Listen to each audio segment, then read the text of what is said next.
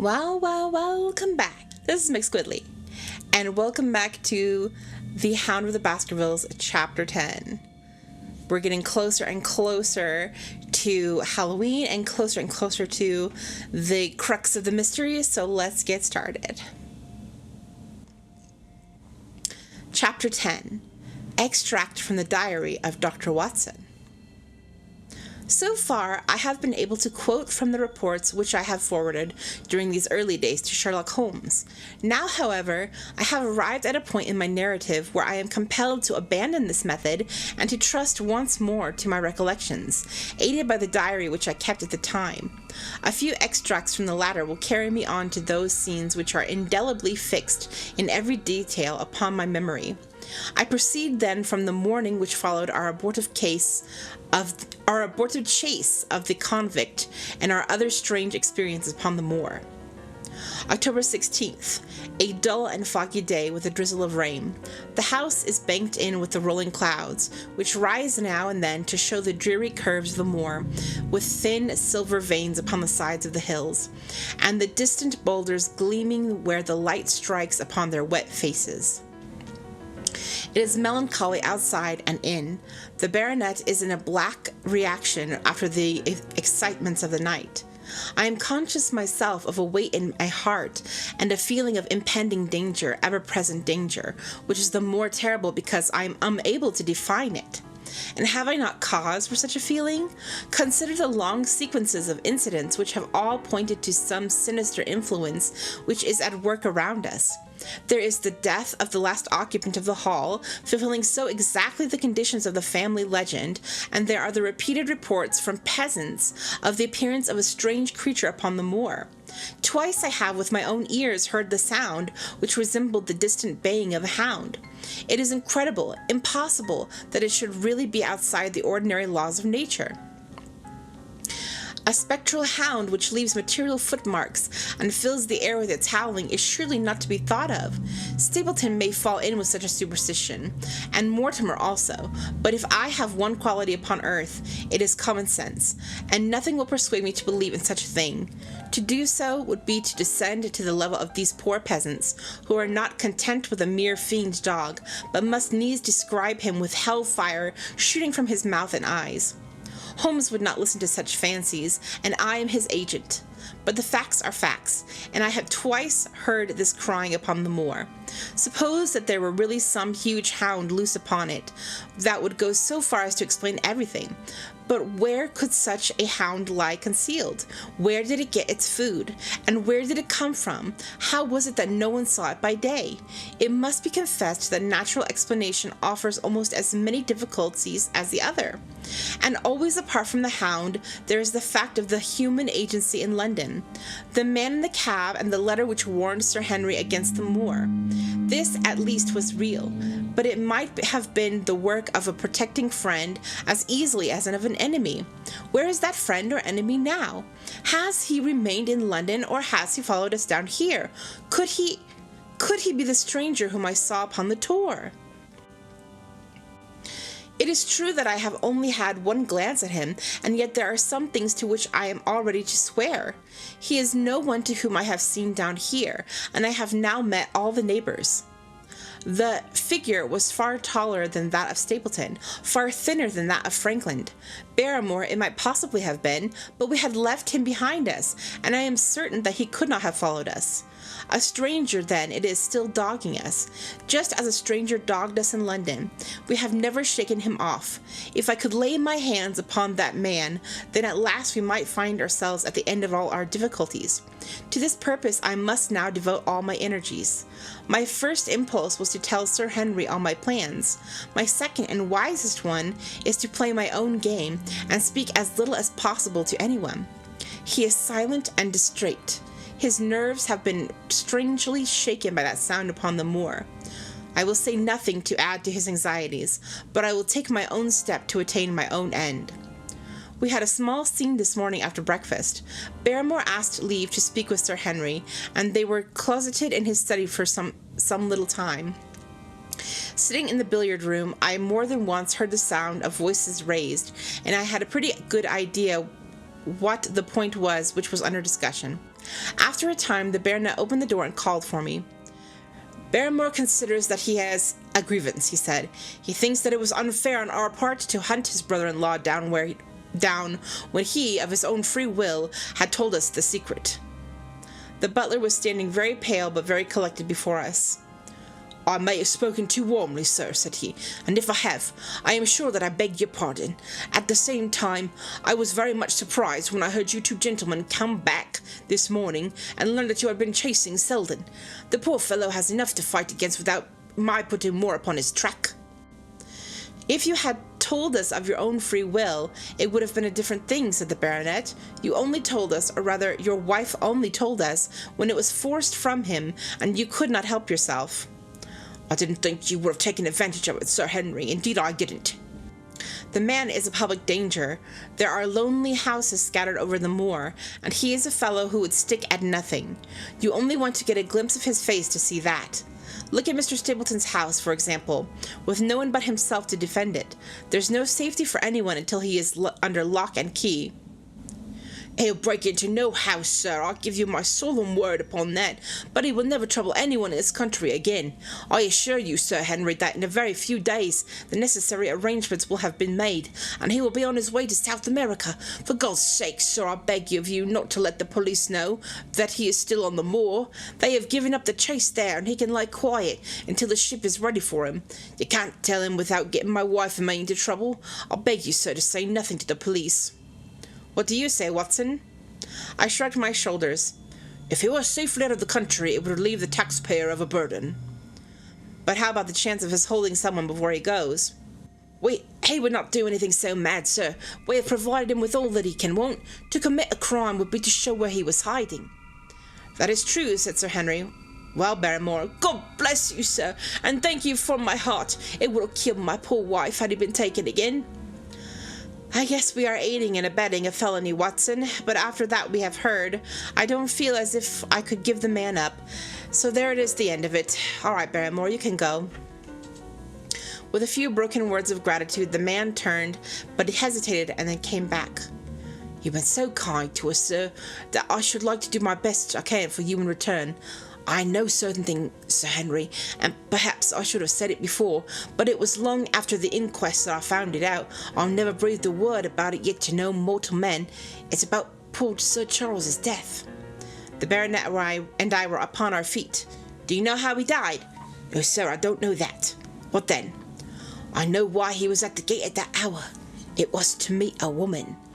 "To meet a woman? He?" "Yes, sir." "And the woman's name?" "I can't give you the name, sir, but I can give you the initials. Her initials were L.L." "How do you know this, Barrymore?" "Well, Sir Henry, your uncle had a letter that morning. He had usually a great many letters, for he was a public man, and well known for his kind heart, so that anyone who was in trouble was glad to turn to him. But that morning, as it chanced, there was only this one letter, so I took the more notice of it. It was from Coombe Tracy, and it was addressed in a woman's hand." Well, sir, I thought no more of the matter, and never would have done it had it not been for my wife. Only a few weeks ago she was cleaning out Sir Charles's study. It had never been touched since his death, and she found the ashes of a burned letter in the back of the gate. The greater part of it was charred to pieces, but one little slip, the end of a page, hung together, and the writing could still be read, though it was grey on a black ground. It seemed to us to be postscript at the end of the letter, and it said, Please, as you are a gentleman, burn this letter, and be at the gate by 10 o'clock. Beneath it was signed the initials L.L. Have you got that slip?" "No, sir, it crumbled all to bits after we moved it." "Had Sir Charles received any other letters in the same writing?" "Well, sir, I took no particular notice of his letters. I should not have noticed this one, only it happened to come alone." "And you have no idea who L.L. is?" "No, sir, no more than you have.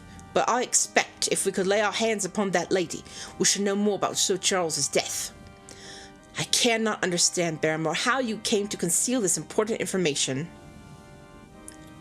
"Well, sir, it was immediately after that our own trouble came to us. And then again, sir, we are both of us very fond of Sir Charles, as we well might be considering all that he has done for us. To rake this up couldn't help our poor master, and it's well to go carefully when there's a lady in the case, even the best of us. You thought it might injure his reputation. Well, sir, I thought no good would come of it, but now you have been so kind to us, and I feel as if it would be treating you unfairly not to tell you all that I know about the matter. Very good, Barrymore, you can go. When the butler had left us, Sir Henry turned to me. Well, Watson, what do you think of this new light? It seems to leave the darkness rather blacker than before. So I think. But if we can only trace L.L., it should clear up this whole business. We've gained that much. We know that there is someone who has the facts, if we can only face her. What do you think we should do? Let Holmes know all about it at once. It will give him the clue for which he has been seeking. I am much mistaken if it does not bring him down. I went at once to my room and drew up my report of the morning's conversation for Holmes. It was evident to me that he had been very busy of late, for the notes which I had from Baker Street were few and short, with no comments upon the information which I had supplied, and hardly any reference to my mission. No doubt his blackmailing case is absorbing all his faculties, and yet this new factor must surely arrest his attention and renew his interest. I wish that he were here. October 17th. All day today the rain poured down, rustling on the ivy and dripping down from the eaves. I thought of the convict upon the bleak, cold, shelterless moor. Poor devil. Whatever his crimes, he has suffered something to atone for them. And then I thought of that other one, the face in the cab, the figure against the moon. Was he also out in that deluge? The unseen watcher, the man of darkness? In the evening I put on my waterproof, and I walked far upon the sudden moor, full of dark imaginings. The rain beating upon my face, and the wind whistling around my ears. God help those who wander into the great mire now, for even the firm uplands are becoming a morass. I found the black tor upon which I had seen the solitary watcher, and from its craggy summit I looked out myself across the melancholy downs. Rain squalls drifted across their russet face, and the heavy slate-colored clouds hung low over the landscape. Trailing in grey wreaths down the sides of the fantastic hills, in the distant hollow on the left, half hidden by the mist, the two thin towers of Baskerville Hall rose above the trees. They were the only signs of human life which I could see, save only those prehistoric huts which lay thickly upon the slopes of the hills. Nowhere was there any trace of that lonely man whom I had seen on the same spot 2 nights before. As I walked back, I was overtaken by Dr. Mortimer, driving in his dog-cart over a rough moorland track which led from the outlying farmhouse of Falmar. He had been very attentive to us, and hardly a day has passed that he has not called at the hall to see how we are getting on. He insisted upon my climbing into his dog-cart, and gave me a lift homeward. I found him much troubled over the disappearance of his little spaniel. It had wandered onto the moor and had never come back. I gave him such consolation as I might, but I thought of the pony in the Grimpen mire, and I do not fancy that he will see his little dog again. By the way, Mortimer, said I, as we jolted down the road, I suppose there are a few people living within driving distance of this whom you do not know. Hardly any, I think. Can you tell me the name of the woman whose initials are L.L.? He thought for a few minutes. No, said he. There are a few gypsies and labouring folk for whom I can't answer, but among the farmers or gentry there is no one whose initials are those. Wait a bit, though, he added after a pause. There is Laura Lyons. Her initials are L.L., but she lives in Combe-Tracy. Who is she? Who is she? I asked. She is Franklin's daughter. What, old Franklin the Crank? Exactly. She married an artist named Lyons, who came sketching on the moor. He proved to be a blackguard and deserted her. The fault, from what I hear, may not have been entirely on one side. Her father refused to have anything to do with her because she had married without his consent, and perhaps for 1 or 2 other reasons as well. So between the old sinner and the young one, the girl has had a pretty bad time. How old does she live? I fancy old Franklin allows her a pittance, but it cannot be more, for his own affairs are considerably involved. Whatever she may have deserved, one could not allow her to go hopelessly to the bad. Her story got about, and several of the people here did something to enable her to earn an honest living. Stapleton did for one, and Sir Charles for another. I gave her a trifle myself. It was to set her up in a typewriting business. He wanted to know the object of my inquiries, but I managed to satisfy his curiosity without telling him too much, for there is no reason why he should take anyone into our confidence. Tomorrow morning I shall find my way to Coombe Tracey, and if I can see this Miss Laura Lyons, of equivocal reputation, a long step will have been made toward clearing one incident in this chain of mysteries. I am certainly developing the wisdom of the serpent, for when Mortimer pressed his questions to an inconvenient extent, I asked him casually to what type Franklin's skull belonged, and so heard nothing but craniology for the rest of the drive. I have not lived for years with Sherlock Holmes for nothing. I have only one other incident to record upon this tempestuous and melancholy day. This was my conversation with Barrymore just now, which gives me one more strong card which I can play in due time. Mortimer had stayed to dinner, and he and the baronet played écarté afterwards. The butler brought me my coffee into the library, and I took the chance to ask him a few questions.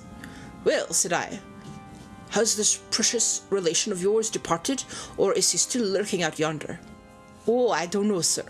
I hope to heaven that he is gone, for he has brought nothing but trouble here. I've heard nothing of him since I left out food for him last, and that was 3 days ago." "Did you see him then?" "No, sir, but the food was gone when I went that way." "Then it was certainly there." "So you would think, sir, unless it was another man who took it." I sat with my coffee cup halfway to my lips and stared at Barrymore. "You know there was another man, then?" "Yes, sir, there is another man upon the moor." "Have you seen him?" "No, sir." "How do you know of him, then?" "Selden told me of him, sir, a week or more ago. He's in hiding, too, but he's not a convict as far as I can make out. I don't like it, Dr. Watson. I'll tell you straight, I do not like it." He spoke with a sudden passion of earnestness. "Now listen to me, Barrymore. I have no interest in this matter, be that of your master. I have come here with no object except to help him. Tell me frankly what it is that you don't like." Barrymore hesitated a moment, as if he regretted his outburst and found it difficult to express his own feelings in words. "It's all these goings-on, sir," he cried at last, waving his hands toward the rain-lashed window which faced the moor. "There's foul play somewhere, and there's black villainy brewing, to that I'll swear. Very glad I should be, sir, to see Sir Henry on his way back to London again." "But what alarms you?" "Look at Sir Charles's death. That was bad enough for all that the coroner said. Look at the noises on the moor at the night. There's not a man would cross it after sundown if he was paid for it.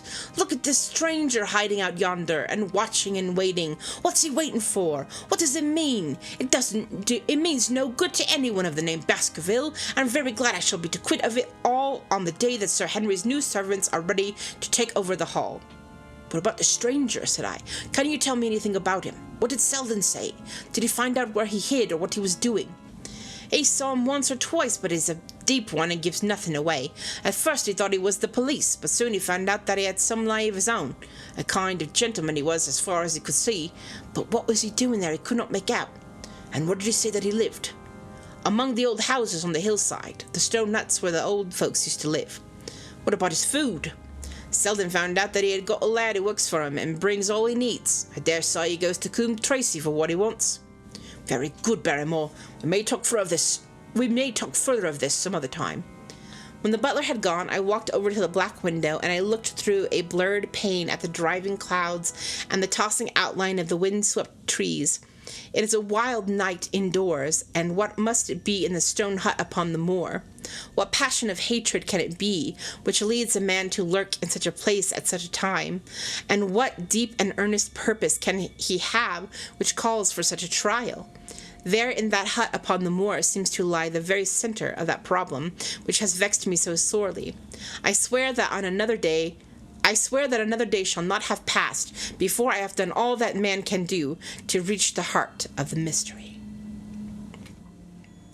And we will stop there for tonight. And I'll see you again tomorrow for Chapter 11. Goodbye.